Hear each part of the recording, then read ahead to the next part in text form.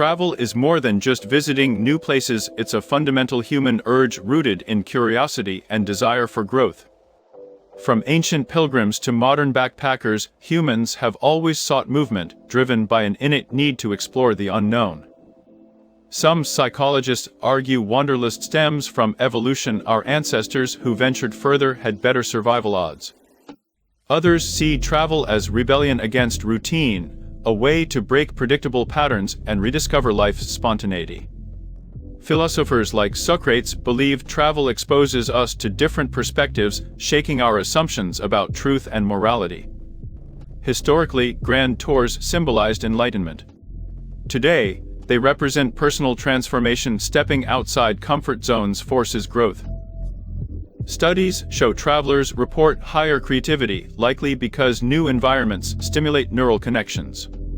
But travel also confronts us with impermanence. Lands change, cultures shift, and moments fade, teaching us detachment.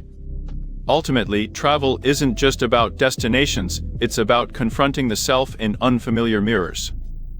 The deeper question isn't why we travel, but who we become when we do. The journey of travel mirrors the journey within. When we leave familiar surroundings, we uncover hidden layers of ourselves. Psychologists confirm that new environments disrupt automatic thinking, forcing us to adapt and reevaluate our beliefs. Ancient philosophers like Seneca praised travel not for the miles covered, but for the inner transformation it sparks. Studies show that immersion in foreign cultures increases cognitive flexibility, our ability to see problems from multiple angles. Facing language barriers, navigating unknown streets, or tasting unfamiliar foods all create micro moments of self-revelation. Many report returning from long trips feeling like different people.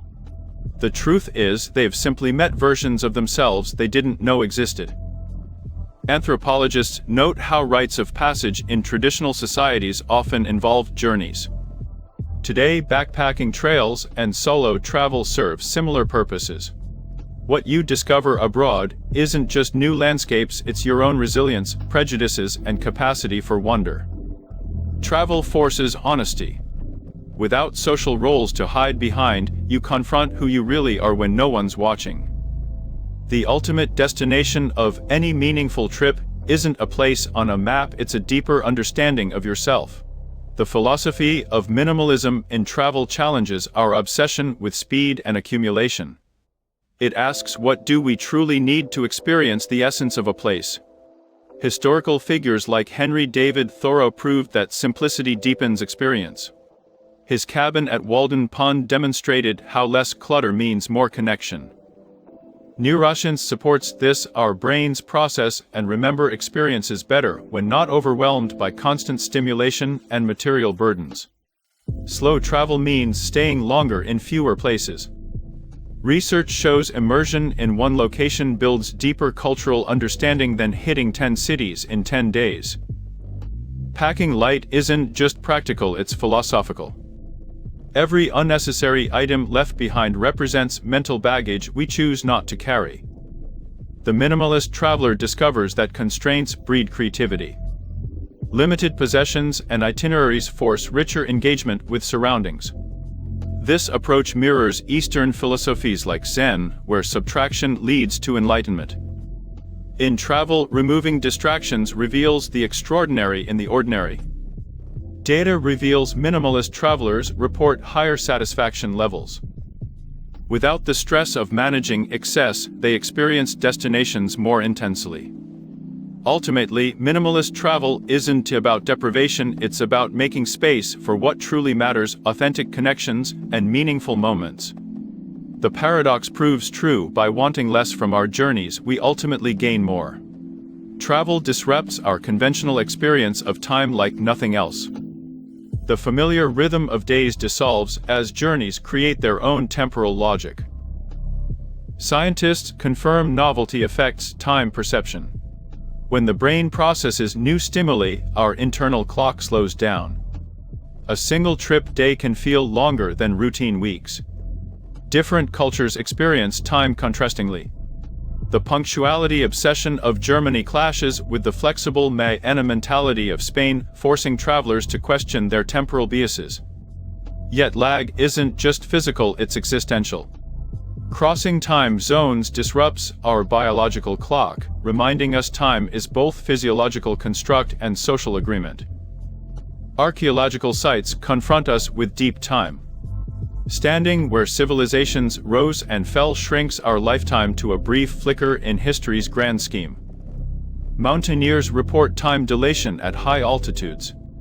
The intense focus required alters perception, making minutes stretch like hours in challenging terrain.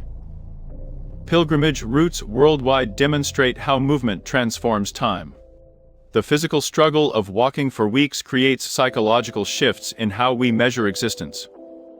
Business travelers often describe airport limbo, a strange timeless bubble where normal schedules lose meaning amid terminals and time zones. Returning home proves most revealing. Friends and places unchanged highlight how much we've evolved, creating temporal dissonance between our past and present selves. Ultimately, travel exposes time as flexible fabric, not rigid structure. Journeying reminds us we don't pass through time, time passes through us differently in each place. Every passport carries invisible weight, the responsibility of ethical travel. Tourism generates 8% of global emissions, forcing us to reckon with our footprints. UNESCO warns popular sites like Venice and Machu Picchu face irreversible damage from overtourism. Local residents often become strangers in their own neighborhoods, displaced by vacation rentals. The economic math is troubling. Studies show up to 80% of resort tourism dollars leak out of local economies through foreign-owned chains. Yet travel bans aren't the answer. Vuden's high-value, low-impact model demonstrates how restrictions can protect culture while benefiting communities. Indigenous tourism presents ethical tightropes, while cultural sharing enriches, transforming sacred traditions into performances risks exploitation. Simple choices matter: eating at family restaurants over chains, visiting shoulder seasons rather than peak crowds, choosing trains over short-haul flights. Certification programs now help identify truly sustainable operators. Patagonia's rewilding tourism shows how travel can actively restore ecosystems. Digital nomads spark debates. While they support local businesses, their prolonged stays can inflate housing costs for residents.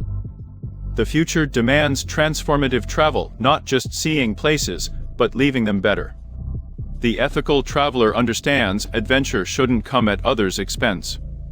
True sustainability means ensuring destinations remain vibrant long after our departure for residents, not just future tourists. The notion of home is transforming radically in our hypermobile era. 1 in 7 people globally now live outside their birth country, rewriting traditional concepts of belonging. Anthropologists observe that digital nomads redefine home as a network rather than a place, their communities scattered across continents yet connected virtually. Brain research reveals humans hardwired to need home. Our neural patterns respond to familiar environments with increased calm and decreased cortisol levels. Yet airport lounges become living rooms for frequent travelers. Hotel chains now design rooms with residential elements to satisfy this deep-rooted need for domesticity. Prolonged travelers often experience spatial dissonance, feeling neither fully here nor there, homesick for multiple places simultaneously. The diaspora phenomenon shows home can become portable. Immigrant communities recreate cultural touchstones in foreign lands through food, music, and traditions.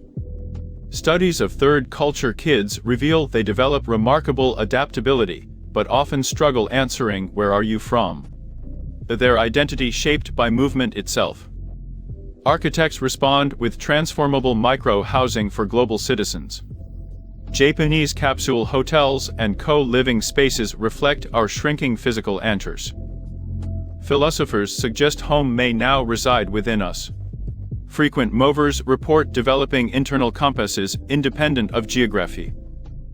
The eternal human search for belonging continues, just not necessarily tied to coordinates. Perhaps home is no longer where the heart is, but how the heart adapts. Existential philosophers understood travel before it was fashionable. When Sartre wrote "Man is condemned to be free," he might as well have been describing modern nomadism. Airports exemplify existential dilemmas, transient spaces where identity documents matter more than personal essence, yet we must constantly define ourselves anew. The foreigner's experience mirrors existentialist thought. Stripped of societal labels, we confront our raw, authentic selves in unfamiliar territory. Camus saw travel as rebellion against life's absurdity, each new destination a deliberate choice creating personal meaning in a universe that offers none. Phenomenology reveals how traveling heightens awareness. In unfamiliar streets, every sense sharpens as we become hyper-present, the way existentialists urged us to live. Digital nomads embody Heidegger's concept of throughness, constantly reorienting themselves in new contexts yet carrying their essential being with them. Studies show long-term travelers experience ontological security crises, the unsettling yet liberating realization that all social constructs are temporary. Ancient pilgrimage routes demonstrate how physical journeys have always mirrored spiritual seeking. Today's backpacker trails serve similar existential purposes unconsciously. The paradox emerges: through constant movement, many find stability within themselves. Not anchored to place, they discover identity rooted in experience itself. Travel doesn't solve existential questions, but amplifies them, and in that amplification lies its transformative power. You don't find answers abroad, you learn to question better.